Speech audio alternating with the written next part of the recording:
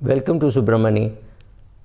This is a slightly personal incident, so I'm just sharing it with you. A bunch of us, we were sitting with a very senior banker, very good valuation guy, has a nice net worth, and we were talking about Yes Bank. Yes Bank and Bandhan Bank, the new boys in the game, in the big game. New boys because I would call Yes Bank a new boy after the removal of Rana Kapoor and his coterie, who were mismanaging the bank very clearly. Most of us knew it. We had stayed away from it. I had not bought the share ever. But and then when the IPO was to be priced at 12 rupees, I asked a simple question, that is it worth buying this at 12 rupees? And so this guy said, but Subra, don't you know that market is a place where the money gets transferred from the impatient investor to the patient investor. So since you have patience, and since some of these people in this group of 10-12 people were people who had bought HDFC Bank at 40 rupees and still holding a portion of it, at least, if not everything. So he said, but Subra, we have benefited by our patience, so yes, we will have to have patience. So somebody said, but the thing is, isn't HDFC Bank a better bank? And this guy said, if India were to be a 5 trillion economy, do you think India will need only one HDFC Bank, or will we need 10 HDFC banks or 15 HDFC banks? That's the truth. You can always say that HDFC Bank will be better than Yes Bank, yes, but then you have to look at the price at which it is available, right? So it's all about price and valuation and about patience to say, okay, now it has got new parents and what will happen. But should you buy Yes Bank, should you not buy Yes Bank, should you hold, depends on whether you have the patience to hold. If you bought Yes Bank at 12 rupees, then you got a chance to exit at 18 rupees. You got a chance to exit, maybe it went up to 20 rupees. I'm not very sure. And you could have bought it back when it came to 14. So you could trade, you could invest, you could do something. But whether to buy, whether to hold everything, and for how long to hold, these are calls that you take on your personal basis. And there could always be some action which is required and sometimes action which is not required. So the best example which people give is normally the goalie example, where the goalkeeper is standing in the middle of the goalpost. There is a kick-in happening, in case you guys watched Italy versus England, and the goalie is supposed to defend it. Now the goalie has to do something, not because of what he thinks is right, but simply because he knows people expect him to do something and people will blame him for not doing anything. Now when it's your own portfolio, you can just decide not to do anything, right? I can decide to buy Yes Bank and tell my daughter, hold it for the next 20 years. Or I could take a view that when it goes beyond a particular price, I will sell, then I will buy. So I could trade in it. So I could partially be an investor and partially be a trader. I am not answerable to anybody. But if I am a fund manager, I will have to justify on a quarter-to-quarter basis as to why I am holding, which makes it very difficult for fund managers to hold shares over very long periods of time, and they don't. Because every quarter they will be asked, अरे ये तो चल ही नहीं रहा है, आप ये पकड़ के क्यों रखे हो? So the mutual fund model is not a good model for long-term investing by the fund manager. But perhaps the same fund manager, if he were working in an insurance company, he could hold it, especially if he is in the classic endowment plan where he does not have to disclose his portfolio. In a ULIP, maybe he won't be so comfortable holding shares for a long period of time, because again there could be investors or policy holders who could ask questions about it. So here it is, what Buffett says, here is a place where the money gets transferred from the impatient to the patient, and therefore the goalie should not be doing anything, but the goalie will have to dive left or dive right. Also there is a problem that if every guy who is kicking knows that the goalie will do nothing, then he just has to kick to one of the sides and know that he will not be able to reach anyway, right?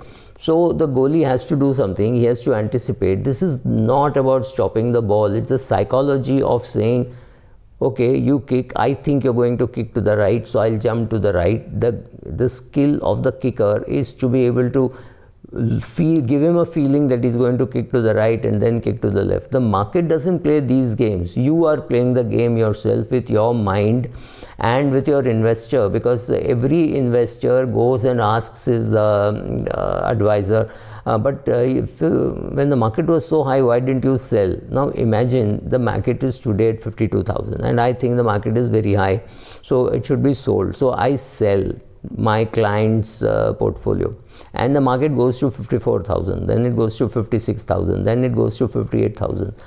What he would do is come and say, see, you shouldn't have sold, right? Now after it goes to 58,000, it comes down to say 42,000. Is he now going to thank me for what I did? The answer is no. He would still say, "Arey, 55, 50, 52 mein bahut jaldi bech diya." I think you could not have waited till 58, but 55, 56 so you should have seen. Then after that you could have sold. So that is the problem with market timing. You are itching for action. You feel like doing something, but largely in a portfolio, sitting tight and not doing something makes sense, but it is not always true, because there are times in the market when you have to sell, because some shares get overpriced, some sectors get overpriced, and that's a great time to exit. I mean, I exited in 2007. I exited companies like Tata Power, Larsen & Toubro, BHEL, Cholamandalam, Kotak Bank, and these are the shares which I exited, and after that the price never went back to anywhere near those levels.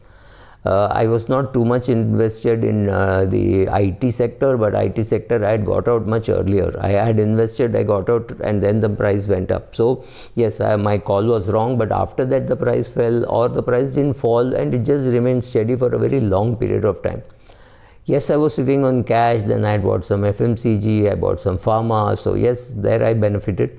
Similarly, there was a time when I bought Sun Pharma at 600 rupees, it went up to 1200. I had exited at about 1200, 1050 or something, slightly under 1100. Then I had the mortification of watching it go to 1200, right?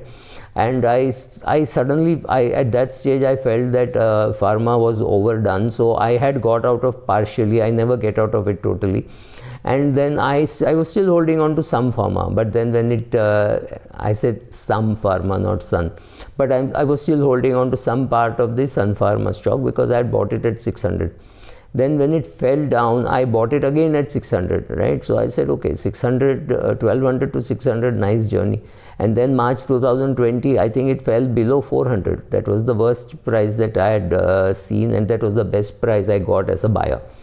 And so I again bought Sun Pharma. So I've been buying Sun Pharma for a long period of time, and I have no great regrets. I think it's a good company, well managed, so I'm holding on to it. Similarly, I've always felt that buying good companies at decent prices, at prices which you think is attractive, is always good. So when I bought BHEL at 22 or Tata Power at 30, I thought these were great prices, and I will make money in this. But I didn't expect to make so much money so quickly, because BHEL could have stayed at 22 for a very long time, but it has come up to 60 bucks, which means it's a three-bagger, and Tata Power is a four-bagger at 122 rupees. Am I selling at this price? That's a different argument, different debate, but at every price you feel like, oh my god, 30 has become 60, isn't it a great price to sell? 60 has become 120, isn't it a great price to sell? Say 120 becomes 240, isn't it a great price to sell? Your skill and patience lies in saying, I am disconnected from the market, I will not see the price. So getting rid of the television, getting rid of the Bloomberg terminal, these are great. So today if I have to, I don't have a Bloomberg terminal, I don't have a television, I have websites on which I can watch. So I can go and see the price. It is not as though I don't see the price, but there is a core portfolio which I just don't touch. When I have money, I buy more of some of those shares. I mean, my Colgate, Nestle, Siemens, Cummins, and HDFC Bank, HDFC Life Insurance. I just don't need to touch, so I don't touch. And I believe that I need to give all these shares, including an Indigo or a Yes Bank or a Bandhan Bank, I need to give it time. I'm not in a hurry to sell, and I'm happy if I get to see the route of success. So if I bought at 800, 850, 900, 950, always under 1000 for Indigo, I'm happy holding on at 1800. I don't know till what price I will hold on, but I think with so much of market share, so you need to know that sometimes you have to act and sometimes you don't have to act. It's not as though you say, oh, I will buy it and keep it and it will give me a good return. It does not. I think my last 1 year return in Nestle would be 4%, which means it's underperformed a reasonably priced bank FD, right? Does it mean I have to sell? No, I look at the long-term return and say, wow, why would I sell Nestle? I would get biased and I would not sell Nestle even over a 2, 3, 4 year underperformance in case it happens, right? I sold ITC for a completely different reason. I sold ITC because I wanted to get out of a tobacco spewing company.